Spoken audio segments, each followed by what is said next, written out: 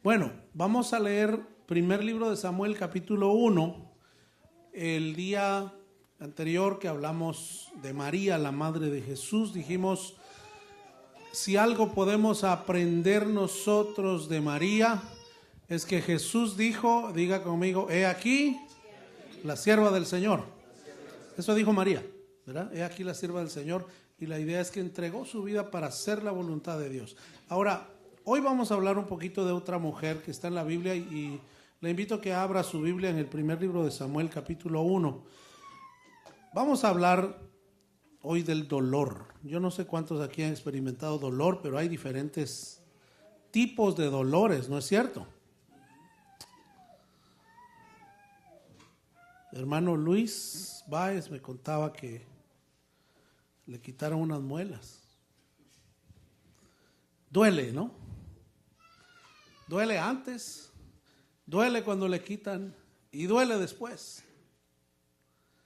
Pero hay otro tipo de dolor y es el dolor del corazón, es el dolor del alma, es el dolor del sufrimiento, es el dolor del problema no resuelto, es el dolor de la incertidumbre, es el dolor de la pérdida, es el dolor de la frustración, es el dolor de las metas no alcanzadas, es el dolor de ver los sueños esfumarse entre los dedos, es el dolor de perder lo que se había tenido, es el dolor de no alcanzar la meta, es el dolor de no poder ver la persona que queríamos ver, es el dolor de, podríamos hacer una lista muy larga. Tal vez es el dolor día con día de ver que la vida pasa y muchas cosas no cambian. No sé cuál dolor es el suyo o cuáles. Pero hay una cosa cierta, hermanos. El apóstol Pablo nos dice que los mismos sufrimientos se van experimentando en nuestros hermanos. ¿En dónde? En todo el mundo. Eso dice Pablo. Dice que nosotros debemos seguir adelante porque cuando usted y yo decidimos acercarnos a Dios, hay un momento en que la lucha que yo tengo es una lucha que tiene alguien en otra parte de la tierra. Yo no sé si le ha pasado a usted, pero a veces tendemos a pensar, es que el sufrimiento que yo tengo, solo yo lo estoy pasando. ¿No le ha pasado eso a usted? Que pensamos, no, es que a mí sí me tocó difícil. Y está aquella frase famosa, ¿verdad? Aquel chiste famoso que dice que Dios le da sus mejores batallas a sus mejores soldados y todos nos creemos Rambo, ¿verdad? Todos creemos que nos confundió con Rambo. Hermano, no es así. Es que el buscar a Dios va a traer confrontación con el reino de este mundo. Y el dolor afecta nuestra vida en esta tierra. El dolor afecta nuestro rendimiento. ¿No le ha pasado a usted que tiene un dolor y no puede funcionar bien? Eso es el dolor físico, pero el dolor emocional, el dolor espiritual, el dolor mental, el dolor en la vida también nos hace ser disfuncionales. Y Dios nos hizo para darnos una vida entera, completa, íntegra. Y la idea es que aprendamos a vivir esa vida plena. No dice que nos va a dar de todo y que no nos va a hacer falta nada y que vamos a estar perfectos y que va a ser una vida completamente próspera en todos los sentidos. Eso no dice. Dice que va a haber aflicción, pero que confiemos porque Él ha vencido al mundo. ¿Están aquí? Amén. Entonces de eso, el tema es que el dolor nos purifica. El dolor nos ayuda a confiar. El dolor a veces nos hace rendirnos, pero hay que saber ante quién rendirse. A veces no queremos rendirnos y el no querer rendirnos nos afecta, porque decimos, no, es que yo no me doy por vencido. No es necesariamente no darse por vencido, es saber ante quién doblar nuestras rodillas, ante quién postrarnos, ante quién clamar y decir, Señor, yo ya no puedo. El miércoles que estamos viendo el progreso del peregrino, hay un momento en que el peregrino va a caer, ¿verdad? Está ahí el proceso en que siente que va a caer en un pantano y comienza y dice, auxilio, auxilio. Y entonces llega un personaje que se llama Auxilio y lo saca y le ayuda y le dice, oí que clamaste y vine. ¿Cuál es la idea? Dios dice que clamemos y Él va a responder, ¿no es cierto? Eso dice Jeremías 33, le dice al profeta, te voy a enseñar cosas grandes y ocultas que no has visto. Y claro, la profecía de Jeremías está orientada a una destrucción que iba a venir para la gente desobediente, pero le está diciendo, ven, clama a mí y cuando estés en conexión conmigo te voy a enseñar cosas grandes y ocultas que tú no conoces. Pero cuando clamamos a Dios, dice que Él está pronto para responder a nuestro dolor y a nuestro clamor. Ahí en el libro de primer libro de Samuel, capítulo 1, versículo 1, dice, hubo un varón de Ramataim de Sofim, del monte de Efraín, que se llamaba Elcana, hijo de Jeroam, hijo de Eliú, hijo de Tou, hijo de Suf, Efrateo. Y dice, y tenía él 2 mujeres, el nombre de una era Ana y el de la otra Penina. Penina tenía hijos, mas Ana no los tenía. Y todos los años aquel varón subía de su ciudad para adorar y para ofrecer sacrificios a Jehová de los ejércitos en Silo, donde estaban 2 hijos de Elí, Ofni y Finees, sacerdotes de Jehová. Y cuando llegaba el día en que Elcana ofrecía sacrificio, daba a Penina su mujer, a todos sus hijos y a todas sus hijas, a cada uno su parte. Pero a Ana daba una parte escogida, porque amaba a Ana, aunque Jehová no le había concedido tener hijos. Y su rival, ¿cómo dice su Biblia? Enojándola y entristeciéndola porque Jehová no le había concedido tener hijos. Así hacía, ¿cuándo hacía eso? Cada año. Cuando subía a la casa de Jehová, la irritaba así, por lo cual Ana lloraba y no comía. Y entonces Elcana, su marido, le dijo, Ana, ¿por qué lloras? ¿Por qué no comes? ¿Por qué está afligido tu corazón? ¿No te soy yo mejor que 10 hijos? Y se levantó Ana después que hubo comido y bebido en Silo, y mientras el sacerdote Elí estaba sentado en una silla junto a un pilar del templo de Jehová, ella con amargura de alma oró a Jehová y lloró abundantemente, e hizo voto diciendo, Jehová de los ejércitos, si te dignares mirar a la aflicción de tu sierva, te acordares de mí y no te olvidares de tu sierva, sino que dieres a tu sierva un hijo varón, yo lo dedicaré a Jehová todos los días de su vida y no pasará navaja sobre su cabeza. Mientras ella oraba largamente delante de Jehová, Elí estaba observando la boca de ella. Pero Ana hablaba en su corazón y solamente se movían sus labios y su voz no se oía, y Elí la tuvo por ebria. Entonces le dijo Elí, ¿hasta cuándo estarás ebria? Digiere tu vino. Y Ana le respondió diciendo, no, Señor mío, yo soy una mujer atribulada de espíritu. No he bebido vino ni sidra, sino que he derramado mi alma delante de Jehová. No tengas a tu sierva por una mujer impía, porque, ¿cómo dice su Biblia ahí? Porque por la magnitud de mis congojas y de mi aflicción he hablado hasta ahora. Elí respondió y dijo, ve en paz, y el Dios de Israel te otorgue la petición que le has hecho. Y ella dijo, halle tu sierva gracia delante de tus ojos. Y se fue la mujer por su camino y comió y no estuvo más triste. Y levantándose de mañana, adoraron delante de Jehová y volvieron y fueron a su casa en Ramá. Y Elcana se llegó a Ana su mujer y Jehová se acordó de ella. Aconteció que al cumplirse el tiempo de haber concebido Ana, dio a luz un hijo y le puso por nombre, diciendo, por cuanto lo pedía Jehová. Después subió el varón Elcana con toda su familia para ofrecer a Jehová el sacrificio acostumbrado y su voto. Pero Ana no subió, sino dijo a su marido, yo no subiré hasta que el niño sea destetado para que lo lleve y sea presentado delante de Jehová y se quede allá para siempre. Y Elcana su marido le respondió, haz lo que bien te parezca, quédate hasta que lo destetes, solamente que cumpla Jehová su palabra. Y se quedó la mujer y crió a su hijo hasta que lo destetó, y después que lo hubo destetado lo llevó consigo con 3 becerros, un efa de harina, una vasija de vino, y lo trajo a la casa de Jehová en Silo. Y el niño era pequeño, y matando el becerro trajeron el niño a Elí, y ella dijo, Señor mío, vive tu alma, Señor mío, yo soy aquella mujer que estuvo junto a ti orando a Jehová.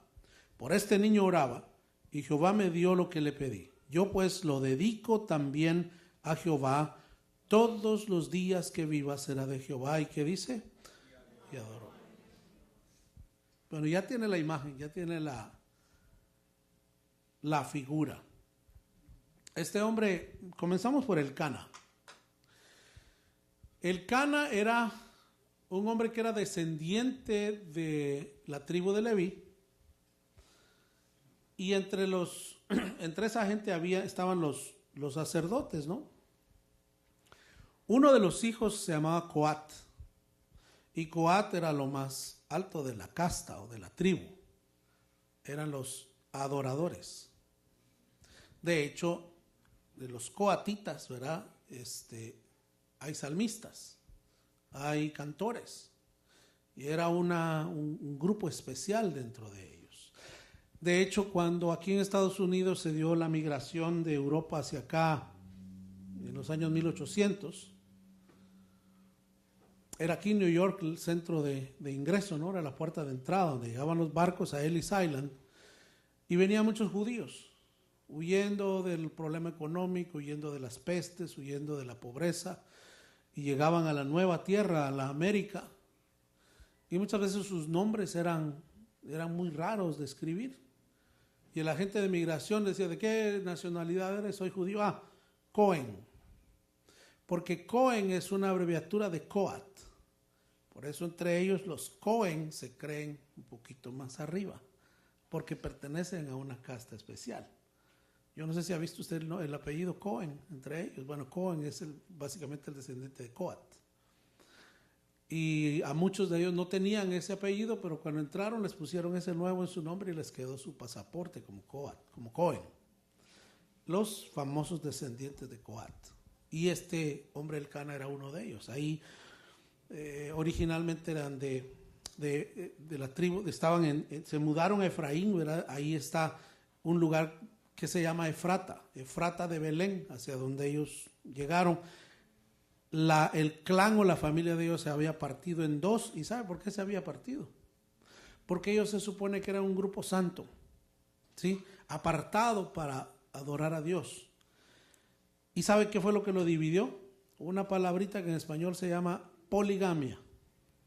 Porque cuando Dios creó al hombre y la mujer y los puso en el huerto, dice que creó un varón y una mujer, varón y hembra los creó.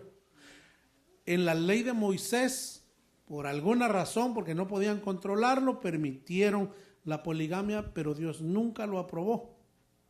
Entonces vemos a Abraham con varias mujeres. Bueno, de hecho, vemos a varios de los patriarcas con varias mujeres, varios de los líderes de Israel con varias mujeres, y Elcana tenía dos. La vida de una mujer como Ana no difiere en su construcción biológica, en su construcción emocional, en su estructura como mujer, que la de todas las mujeres que están aquí en esta hora. Y yo no sé cómo se sentiría usted, hermana, si su marido tuviera otra mujer. Pero el asunto peor en este caso es que la tenía en la casa, ¿sí? No es lo mismo que tenía otra por allá, a que la tiene en la casa. Y está Ana y Penina, las dos en la misma casa. Ya eso sería una bomba, ¿no? Ya había sido la razón de la división de la familia de la subtribu de Coat, o de la parte del clan de Coat, en dos. Ahora estaban los que eran de una sola mujer y los que se habían permitido desconectarse un poco moralmente, y estaban en dos grupos, y dentro de este grupo estaba Elcana. Note esto, en su entender, en su perspectiva, porque eso nos pasa a todos, Elcana era un hombre correcto. Y a pesar, aquí va el otro aspecto interesante, a pesar de lo que usted y yo juzgaríamos como su pecado, para su tiempo era un hombre santo. Y ahorita le voy a explicar por qué. Pero el asunto es que la situación en la que se vivía en ese hogar era una situación que definitivamente no era muy cómoda. A pesar de lo alejado de Dios que vivían los demás, incluidos los sacerdotes, Elcana era un hombre que buscaba a Dios. Parece que él era un hombre de la campiña, ¿no? del campo. No tenía ningún oficio sacerdotal como otros de la familia Coat. Pero una de las cosas que hacía es que subía 3 veces. No había templo como en el tiempo de Salomón, porque faltaban siglos para eso. pero estaba el tabernáculo y estaba edificado en un lugar que se llamaba Silo o Shiloh, como dicen en inglés. Y ahí en Silo funcionaba el tabernáculo, ahí estaba el sacerdote que se llamaba Elí, y el Cana iba 3 veces al año desde su lugar hasta donde estaba el campamento a adorar a Dios. En otras palabras, era una persona moral y religiosamente fiel. Asistía con regularidad y llevaba su ofrenda. Quiere decir, tenía un corazón que reconocía la grandeza de Dios. En nuestro tiempo no traemos becerros, no traemos palomas, no traemos harina, no traemos machos cabríos, damos dólares. Pero ¿cuál es la razón por la que yo como creyente traigo y entrego dólares? Porque yo quiero ofrecerle a Dios algo que me ha costado. Pero en primer lugar, antes de que me ha costado, voy a dar algo de lo que Dios ya me dio. ¿Puede usted decir amén? Es interesante que cuando compramos un refrigerador, un carro, una cosa, a veces usamos la tarjeta de crédito. Pero cuando damos una ofrenda, damos de lo que ya tenemos. ¿Por qué? Porque Dios ya nos dio. ¿Puede usted decir amén? Entonces, cuando yo doy, lo hago porque me nace. Si me obligan, no se vale. Porque entonces ya estamos hablando de una cosa distinta. Pero lo que sí es interesante es que este hombre venía 3 veces al año y fielmente cumplía con sus ofrendas. Y en medio de un contexto, ya le voy a hablar un poquito del contexto en el que vivían, él era fiel. Sin embargo, venía de una familia santa que se había dividido y se había dividido a causa del pecado moral, especialmente la poligamia. No solo eso. ¿Qué le estoy diciendo con esto? En su casa no había mucha paz, que digamos. Usted se imagina cuando empezaban esas 2 doñas a pelear. Y él tenía que decidir en qué cama o en qué cuarto iba a dormir esa noche. ¿Cómo sería esa interacción diaria? No, acuérdense que no había tele. No había celular, no había distracciones. La familia era el núcleo. Entonces, es un tema complejo, aún para la familia oriental. ¿Por qué? Habían otros grupos donde quizá eso no era problema. Pero los israelitas tenían la palabra de Dios. Tenían una ley moral, tenían una ley civil, tenían una ley nacional, ¿verdad? Tenían un concepto cívico, pero tenían unos preceptos de Dios que debían guardar y ellos sabían bien que no estaban haciendo bien. No me conteste, pero le pregunto, ¿cuántas veces siendo creyentes hacemos cosas que sabemos que no están bien? Y decimos, no, Dios me perdona, Diosito me deja pasar. Cuidado, un día de esto no se la va a dejar pasar. Pero es interesante que pensemos que la condición nuestra hoy, más de 20 siglos después, o quizá 40 siglos después, no varía mucho de la condición que tenía Ana. Tenía una situación incómoda en la casa. El Cana era un hombre que quería acercarse a Dios, pero su carne, su contexto, su vida, su mundo, le era difícil. A pesar de la dificultad, dentro de sus limitaciones, dentro de su contexto, el Cana se esforzaba en buscar a Dios. Gloria a Dios por eso, ¿no es cierto? Ya dijimos, una de las cosas que hacía era dar ofrenda y eso mostraba su corazón. Otro aspecto aquí es que Penina, como ya leímos, la otra mujer, era una mujer malagradecida. Porque Ana tenía, entre otras cosas, un problema. Aparte de que tenía una rival, era estéril. Escúchame esto, porque esto no aplica para los que no eran o no tenían conocimiento del mundo hebreo. Pero entre los hebreos, desde el huerto del Edén, ¿sí? Desde el momento en que Dios le dice a Adán y Eva, ustedes van a salir de aquí y van a tener que trabajar, y va a haber estrés, y va a haber sudor, y va a haber dolor para trabajar, y la mujer va a sufrir con dolor para tener sus hijos. Desde ahí Dios prometió que iba a haber una redención a través de un Salvador, que es Jesucristo. ¿Cuánto dan gloria a Dios? Amén. Si tenemos entendido eso, todas las mujeres judías albergaban en su corazón la esperanza de ser la madre del Salvador, porque no sabían cuándo iba a llegar, Pero el Dios allá en el Edén había prometido que un día iba a venir alguien. Y ese alguien iba a ser el Redentor, iba a venir del vientre de una mujer. ¿Y qué pasaba entonces cuando la mujer era estéril? Era una ilusión desbaratada, era una vergüenza social. Era un problema ante la sociedad porque la sociedad de ellos no la aceptaba como debía aceptarla porque ella no podía tener hijos. Entonces, una cuestión es que una mujer anhele tener sus hijos y tenga problemas para quedar embarazada o para poderlos tener. Ese es un problema normal. Pero ellos, además de ese problema normal, tenían su problema ético y religioso. Entonces no solamente peleaba, tenía una rival. La rival tenía un montón de hijos, era súper fértil. Ahí dice que tenía hijos e hijas. Y ella no tenía nada. Era un problema tremendo. Así que ella vive una tensión profunda. Aquí hay un detallito interesante que vemos en la Biblia cuando leímos. Dice que Elcana amaba a Ana. En otras palabras, era su preferida, era su mujer favorita. Tenía 2 mujeres, pero no estaba como aquel de la novela, ¿no? Que 2 mujeres y un camino. No, él ya tenía las 2, pero prefería una. No estaba confundido como el de la novela, ¿no? Este sí tenía una favorita. Eso no, primero no es nuevo. Segundo, lo vemos en Jacob, con Raquel y Lea. Él trabajó por Raquel y le dieron a Lea. Y dice, no, pues ya tengo a Lea, pero no, yo quiero trabajar por la otra porque la otra es la que yo quiero, la otra es la que me gusta. ¿Cómo se sentiría Lea? Y ve que le pasa de manera similar. No quedaba embarazada Raquel tampoco. Y al fin, ¿verdad?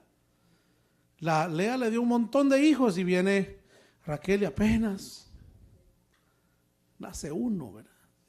Era un mundo complejo, era un mundo difícil y Ana tenía ese problema. Claro, su esposo la amaba, pero ella se siente incompleta por la esterilidad. Tiene afecto humano, pero carga un dolor espiritual, carga un dolor emocional.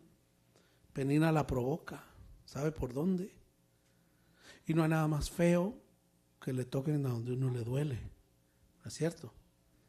El orgullo, la autoestima, la identidad, la etnia, el dinero, la posición, el carácter, la familia, la carrera, qué sé yo. Todos tenemos un botón y cuando tocan ese botón, ese es el problema de Ana. Penina la provoca, Elcana no la entiende completamente y la casa está llena de comparación. Ahora aquí, a veces la gente que más cerca está de nosotros no entiende el tamaño de nuestra herida, ¿no es cierto? Tenemos gente, tenemos familia, tenemos hermanos en Cristo, tenemos amigos, pero no saben lo que estamos pasando. Y estamos pasando y uno dice, quisiera que me entendieran, pero no me entienden, no les importa. Porque todos estamos interesados en nuestro propio mundo, ¿no es cierto? Estamos interesados en nuestros propios problemas, en resolver nuestra cosa. Y nos incomoda que los demás no tienen compasión de nosotros. Y eso le pasaba también a Ana. Elcana, ¿verdad? Aunque no la comprendía totalmente, pero trata de, en su entendimiento, le dice, no te soy yo mejor que 10 hijos. Aunque la frase estaba bien intencionada, no iba a sanar el dolor de Ana, porque hay dolores, hermanos, que no se resuelven con frases bonitas. Hay dolores que necesitan un toque de Dios. ¿Puede usted decir amén? Entonces, no todo dolor, por ejemplo, en este caso, no todo dolor femenino debe ser minimizado. Hay heridas profundas. La maternidad, por ejemplo, el matrimonio, el rechazo, la comparación, la soledad, las expectativas no cumplidas. Eso afecta mucho a las mujeres. Ya vemos hombres aquí, también a los hombres hay. Por ejemplo, Elcana nos enseña que amar no siempre significa entender. Puede tener un sentimiento, pero a veces falta comprensión. El hombre piadoso, escúcheme hermano, debe aprender no solo a proveer, sino también a escuchar con sensibilidad. Se lo voy a repetir Porque hay algunos hombres que están dormidos. Aquí digan amén los dormidos. Cuidado, digan amén los despiertos, vamos a ver. Hay como 4 despiertos. A ver, digan todos amén para que estemos en lo mismo. El hombre piadoso debe aprender no solamente a proveer, sino también a escuchar con sensibilidad. Porque nosotros los hombres vamos allá afuera y nos enfrentamos a un mundo bien hostil y el trabajo a veces es duro, es incomprendido, todo lo que usted quiera, y regresamos cansados. Y uno dice, bueno, que le baste que estoy proveyendo, todos los meses está la renta, todos los meses está la comida, todos los meses se paga el celular, todos los meses se paga el carro. Hey, nadie te obligó a eso. Tú te comprometiste a amar, digan amén. Tú te comprometiste a comprender, digan amén. Ahora digan amén las mujeres también, porque también es para ustedes. Como 2 contestaron, aunque no digan amén, así es. Es una cuestión de 2, el matrimonio es una cuestión de 2. Así como yo tengo que comprender y escuchar, también usted tiene que comprender, escuchar, amar y apoyar.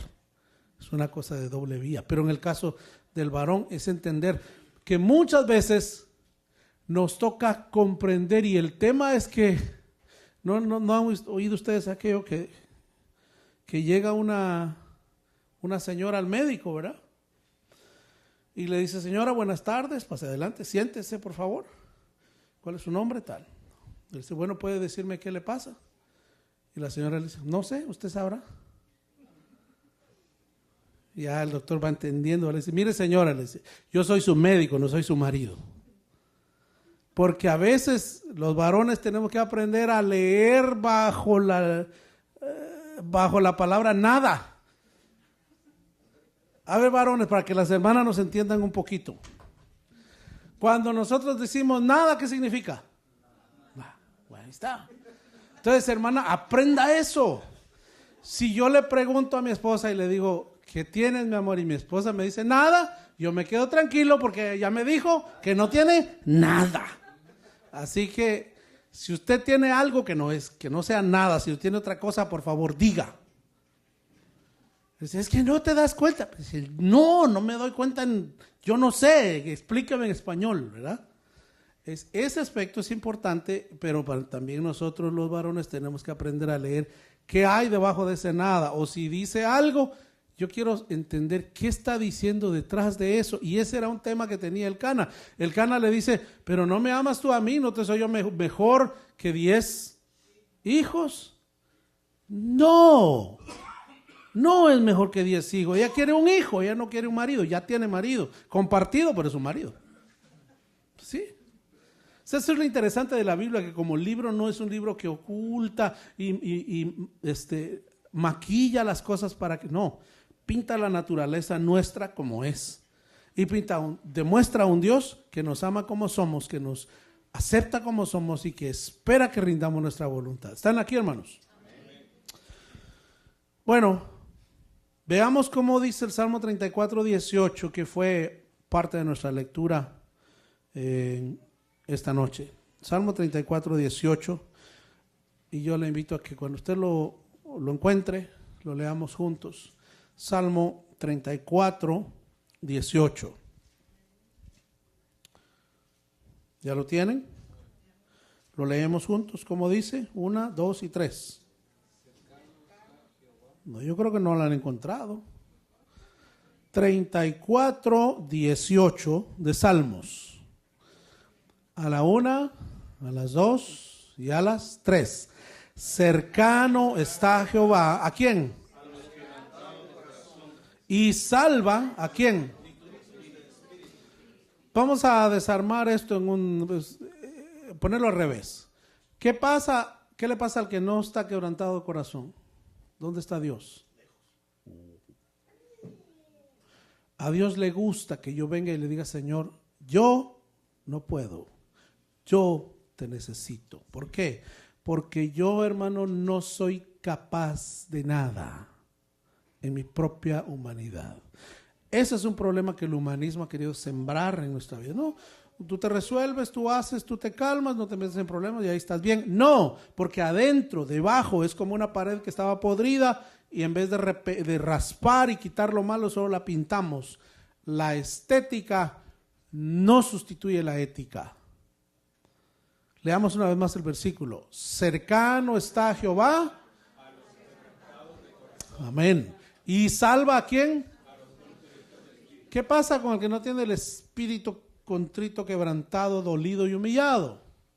El que está tranquilo, feliz de la vida, arrogante, enaltecido, el Señor no lo salva.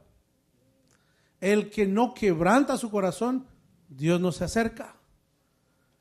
Por eso es que Jesús dijo, yo he venido a dar libertad a los cautivos, he venido a sanar a los quebrantados de corazón. Hermanos, todos nosotros estamos quebrados de una u otra manera, todos. O venimos de un hogar desintegrado, o tenemos un vicio, o tenemos una limitación física, o tenemos una limitación económica, o tenemos un problema de carácter, o tenemos un problema de relaciones, o tenemos algo en nuestra vida que no está bien, y quien puede realmente dar la paz es Dios. Puede que Dios permita que el problema se solucione, o que no se solucione, eso no nos toca a nosotros de alguna manera determinarlo. Nosotros tenemos que vivir y someternos a Dios y dejar que Dios obre en nuestra vida. ¿Están acá? Entonces aquí cuando leemos esto, entendemos que Ana tiene un problema. Ana está quebrantada, Ana está dolida, Ana está contrita de espíritu. Ella no podía controlar la burla de Penina, ni la incomprensión del Cana, ni la esterilidad de su vientre. Pero hay una cosa que sí podía hacer, y es algo que usted y yo también podemos hacer esta noche. Ana podía decidir qué hacer con su dolor. Entonces los humanos a veces se lo pasamos a otro, a veces ponemos excusas, a veces cubrimos para aparentar que estamos bien, pero es una decisión personal. ¿Qué hago yo con el dolor de mi alma? ¿Qué hago con el dolor de mi corazón? ¿Qué voy a hacer con esa herida que tengo? Ahí leímos en los versículos del 9 al 18 que Ana derrama su alma, pero también hay una cosa que nos llama la atención, y es que ella derrama su alma, pero es importante esto, hermanos. Aparte del alma, ella entrega su voluntad. Diga conmigo, entregar la voluntad. Ella llegó al tabernáculo, ahí decían el templo, a la casa de Dios, a adorar a su Dios. No, ella entró quebrantada. No oró superficialmente como algunos de nosotros tal vez oramos a veces. Pero Señor, gracias por estar aquí, pero no tenemos esa conexión. Ella llegó quebrantada. No repite palabras vacías. El texto dice que con amargura de alma. Y oró a Jehová.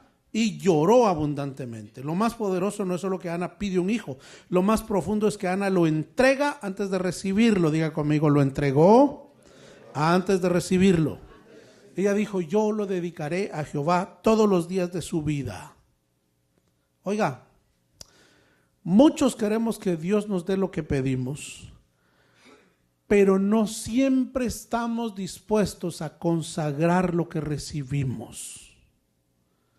Y eso es importante, porque pedimos cosas, pedimos respuestas. La pregunta es, cuando lo recibimos, ¿qué vamos a hacer con ello? ¿Lo vamos a entregar? ¿Lo vamos a santificar? ¿Lo vamos a poner al servicio del Señor? ¿Va a ser para honrar a Dios o nos va a alejar de Dios? Está como aquel que pedía tener un negocio. Dios le da el negocio y por el negocio ya no va a la iglesia, ya no busca a Dios y Dios lo prospera y se pierde. Puede ser que por eso a algunos Dios no les ha dado. Y a otros les da, pero con limitación, porque Dios nos conoce. Estamos hablando de cosas materiales, pero también en el alma. A veces pedimos, pero no estamos dispuestos a soltar. Y aquí vemos una gran lección de Ana, que ella en medio del dolor supo entregar. Se quebrantó, pero también le prometió al Señor. ¿Están aquí? Entonces Ana no está negociando con Dios de manera egoísta. Está pasando de la desesperación en la que está a la rendición. Su oración no es solamente, Señor, dame. También le dice, Señor, si me das, será tuyo. ¿Cuántos dan gloria a Dios por eso? Para mí, esa es una gran lección. Le está diciendo, Señor, si tú me das, yo te lo voy a dar. Ahora, quiero recordarles a algunos aquí que usted allá en la frontera, allá en el desierto, o yo no sé dónde, por allá usted le hizo una promesa a Dios en algún momento. Y le dijo, Señor, si me sacas de esta, yo te prometo. Le pregunto, ¿ya le cumplió? Acuérdense que a Dios no se le olvida. Y nuestro cumplimiento debe ser de por vida. En el caso, aquí Ana como mujer, ¿verdad? Ella enseña que una mujer de fe no niega su dolor, pero tampoco permite que el dolor gobierne su destino. Se lo voy a repetir. Ana enseña que ella no niega su dolor. Ella reconoce que está en amargura de espíritu, pero no permite que el dolor gobierne su destino.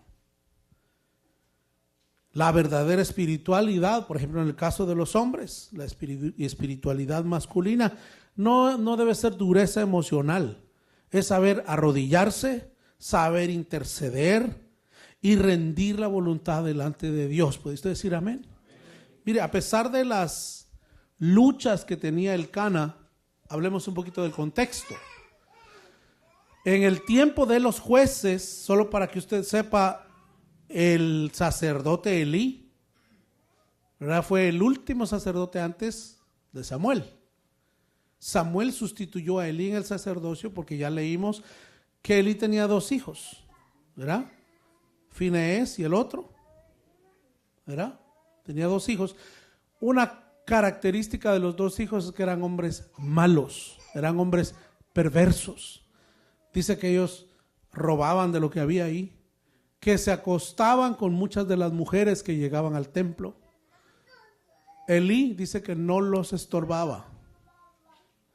O sea, en otras palabras, el mundo moral en el que ellos vivían era un mundo terrible. Hermano, ¿no le recuerda eso a usted este tiempo y a este mundo? Vivimos en un mundo moralmente corrupto, en un mundo trastornado, en un mundo sin Dios, donde la gente no quiere tomar en cuenta a Dios. Pues en ese tiempo de los jueces, la gente no quería tomar en cuenta a Dios. Y Elcana sí tomaba en cuenta a Dios, a pesar de su limitación y de su pecado. Si algo nos enseña este hombre Elcana, especialmente a los varones, es que él iba con sus 2 mujeres. Y a pesar que tenía sus 2 mujeres, le daba, dice, a la mujer a Penina, y le daba a los hijos y le daba a las hijas su ofrenda, porque él era el dueño de su casa, obviamente, y les entregaba para que dieran ofrenda. Y le daba a Ana una parte, dice, más importante para que la ofrenda de Ana fuera más generosa, más grande que la de los demás. En su manera, en su mundo, pero era un hombre que amaba a Dios, que se rendía a Dios y que buscaba a Dios en medio de una generación torcida. Oiga, donde incluso los líderes religiosos estaban mal. Donde incluso los hijos de Elí no respetaban a nadie y eran inmundos y estaban ahí en el templo. Oiga, a pesar de los que estaban a cargo del templo, Elcana llegaba y él iba a adorar a Dios. Y lo hacía 3 veces al año, lo hacía con toda su familia y era generoso trayendo su ofrenda. ¿Puede decir amén? Entonces, en el caso del hombre, la espiritualidad masculina es arrodillarse, es rendirse, es mostrarle a la familia que nosotros adoramos a Dios y que buscamos a Dios. Y cuando nos ven adorando, cuando nos ven ofrendando, los hijos aprenden. La otra vez yo le dije a algunos padres, no mande al niño a dejar la ofrenda, dele a él su ofrenda y traiga usted su ofrenda. Porque si no, el niño piensa que es un juguete. No, usted levántese y con gozo diga al Señor, gracias porque me diste, aquí te traigo. Y si quiere darle al niño, pues dele también y juntos. Entonces, anda, echa eso allá. Esa es una terrible enseñanza. ¿Cómo va a aprender a depender de Dios? ¿Cómo va a aprender a crecer en Dios? ¿Cómo va a aprender a tener una fe que se relacione con el Eterno? ¿Están aquí? Bueno, no estoy regañando a ninguno, solo estoy comentando amablemente. Ana salió diferente de ahí antes de quedar embarazada. Su rostro dice que ya no estuvo triste. Eso significa que Dios primero cambió su alma antes de cambiar su circunstancia. Diga conmigo, cambió su alma antes que la circunstancia. Pero todavía queda una pregunta difícil. ¿Qué hacemos cuando Dios finalmente responde? ¿Usamos la bendición para nosotros o le devolvemos al propósito de Dios? Y ese es un tema que solo cada uno de nosotros va a poder responder. ¿Qué hago cuando Dios me responde? Yo he visto infinidad de veces gente que viene aquí o en otras iglesias que hemos pastoreado y llegan y dice, por favor, ore por mí, tengo este problema. Oramos, se resuelve el problema y nunca más le vemos. Eso no es, qué mal lo que hizo, no, eso solo revela quiénes somos. Es parte de nuestra naturaleza humana. Hermanos, en el caso de Ana, cuando ella recibe su respuesta, convierte su respuesta en adoración. Diga usted conmigo, convertir la respuesta de Dios en un momento de adoración. Entonces, si hay una petición y le prometemos algo al Señor, que eso sea un motivo de gozo, que sea un motivo de alegría, que sea un motivo de celebración. Y ahí nosotros leímos en los últimos versículos, ¿no? Del 19 al 28, dice que Dios se acuerda de Ana, ella concibe, da a luz a Samuel, pero Ana no olvidó su voto. Cuando el niño crece lo lleva al templo y dice, por este niño oraba. Es más, el sacerdote Elí la tuvo por borracha, por ebria. Óigame esta comparación interesante aquí. No podemos ser jueces nosotros, ¿verdad? De Elí. Podemos tratar de interpretar la historia. Pero lo que la historia nos está diciendo es que este hombre Elí muy probablemente estaba muy lejos de Dios.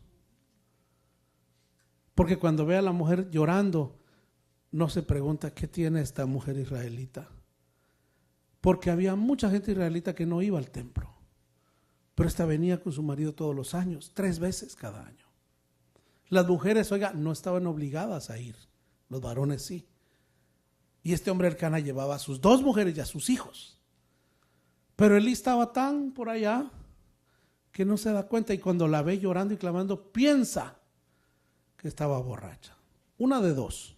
O Elí estaba espiritualmente lejos de Dios, o la sociedad estaba tan corrompida que a la casa de Dios se iban a meter los borrachos. Podría ser.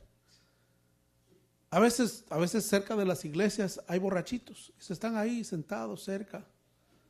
O a veces se acuestan en la entrada de los templos, esperando que alguien les dé algo. Cualquiera de las dos situaciones es terrible. Pero este hombre, lo que más tiende a darnos la interpretación de este Elí es que él no estaba consagrado. Porque sus hijos estaban lejos de Dios. Y él no estorbaba a sus hijos, no les decía, Dios te va a pedir cuentas, nada, los dejaba estar. Eso nos dice que tenemos una responsabilidad. Claro, los hijos van a tomar su decisión. Usted y yo somos hijos y tomamos nuestras decisiones, digan amén. Todos venimos de una familia, quizás nos portamos mal, nos portamos bien, cada uno tomamos nuestras decisiones independientemente de nuestros padres. Pero los padres responsables, los padres conscientes por lo menos le dicen a sus hijos, hijo, ten cuidado porque Dios te está viendo. O sea, somos la voz de la conciencia de Dios hacia los hijos. Por lo menos hay que declararles que Dios ama, pero también Dios es un fuego consumidor. Entonces aquí el tema es que en el caso de Elí probablemente no estaba espiritualmente conectado. Sin embargo, Ana vino, se postró y le cumplió al Señor. La resolución del capítulo no es simplemente que Ana tuvo un hijo.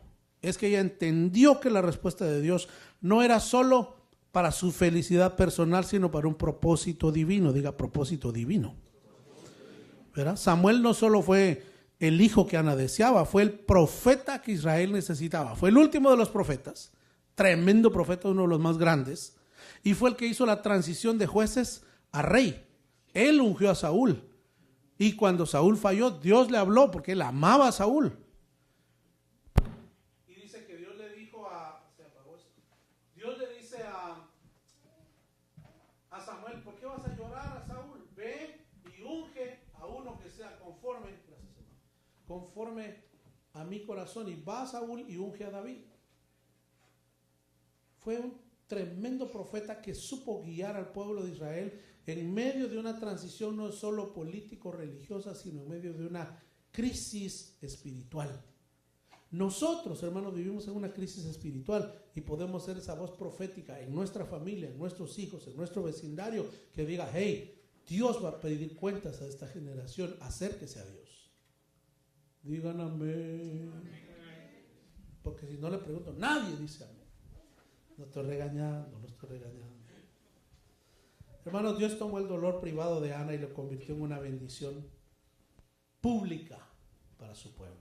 A veces Dios permite procesos largos, porque no solo está formando algo para nosotros, está formando algo a través de nosotros. Para las mujeres que están aquí, quiero decirles, tu historia no se limita a lo que perdiste, sufriste o esperaste. Dios puede usar tu fidelidad para bendecir generaciones. Hermanas, nosotros no sabemos lo que sus hijos van a hacer, sus hijas. Pero en la fidelidad vamos a ver la mano de Dios. ¿Lo cree usted? ¿Lo recibe usted esta noche? Ahora los hombres. La fe madura no retiene egoístamente lo que Dios entrega. La fe madura administra la bendición como una mayordomía. Dios nos ha dado talentos, nos ha dado fuerza, nos ha dado capacidad. Si la sabemos manejar y ser fieles mayordomos, Dios va a añadir bendición a nuestro trabajo. Dios va a añadir bendición a nuestra vida. Dios va a añadir bendición a nuestra familia. Y una cosa que Dios nos enseña, hermanos, es que a veces nosotros no vemos la salida. A veces nosotros no vamos a ver nunca el futuro por nosotros mismos. Pero déjeme decirle, el que ama y se rinde al Señor, Dios se va a encargar de no desampararle. Diga usted conmigo, Dios va a ser fiel. Estaba yo viendo a un video de un hombre de apellido Bono, un comediante mexicano. A él, una persona del medio artístico hace tiempo le habló de Dios. En el medio artístico, donde todos se burlan de Dios. Y el hombre vino a Cristo. Creo que César Bono se llama, ¿no? Este domingo se bautizó a los 75 años. Está enfermo, está débil, no lo pudieron sumergir, lo sentaron en una silla y le echaron por aspersión, es el bautismo por aspersión, y él dio testimonio. Y dijo, la esposa de José José venía a predicarme y yo me burlaba, pero Dios tocó mi corazón. Y entonces dice, ahora en mi vejez, dice, yo sé que Dios va a cuidar de mí. Y digo, wow. Está entendiendo la mejor que muchos que hemos estado toda la vida en el Evangelio. Hermanos, el que busca al Señor, Dios va a cuidar de él. Y si usted está aquí hoy, yo quiero decirle, en la fidelidad vamos a ver la mano del Señor. ¿Puede usted decir amén? Abra su Biblia en Romanos 8:28, que ese lo sabemos, lo hemos dicho muchas veces, lo hemos aprendido muchas veces. Romanos 8:28. Se lo voy a decir de una vez. Dice, y sabemos que a los que aman a Dios, ¿qué? Todas las cosas les ayudan a bien. Esto es, los que conforme a su propósito. Entonces Ana nos enseña tres verdades, hermanos. La primera, el dolor no debe alejarnos de Dios. Lo que estás pasando no te debe alejar de Dios, debe acercarte a Dios. La segunda cosa, la oración, dígalo conmigo, la oración no solo pide, la oración también rinde. ¿Qué le estoy diciendo? En mi oración, cuando le pido, debo decirle, Señor, si tú siembras en mí, quiero ser buena tierra y yo voy a dar fruto para ti. En los talentos, en la vida, en lo que yo sepa hacer, voy a honrarte porque te amo, porque estoy agradecido porque me alcanzaste. Entonces la oración no solo se pide, también se rinde. Esa es una enseñanza extraordinaria de esta mujer Ana. Y la tercera cosa, la bendición no termina en nosotros, debe volver al propósito de Dios. Si Dios me va a bendecir y la bendición de Dios va a terminar ahí conmigo, estamos mal. Porque yo fui creado para su gloria, para reflejar la gloria de Dios. Y eso es lo que dice Pedro, que nosotros fuimos hechos para alabanza de la gloria de su nombre, para proclamar las virtudes de aquel que nos llamó de las tinieblas a su luz admirable. ¿Puede usted decir amén esta noche? Entonces, que cuando Dios nos bendiga, que no pare ahí la bendición, que seamos un canal de bendición nosotros. Le repito las tres cosas: el dolor no debe alejarnos de Dios, la oración no solo pide, también rinde, y la bendición no termina en nosotros, debe volver al propósito de Dios. Hermanos, Ana llegó al templo con el alma rota, pero salió con el corazón sostenido, y cuando Dios respondió, ella no adoró la respuesta, adoró al Dios que le dio la respuesta. Hay personas que cuando Dios les da un hijo, ahí se acaba la petición ya, y después están adorando al hijo. Hay que adorar al que nos dio los hijos. Amén. Incline su rostro y vamos a terminar orando en este momento.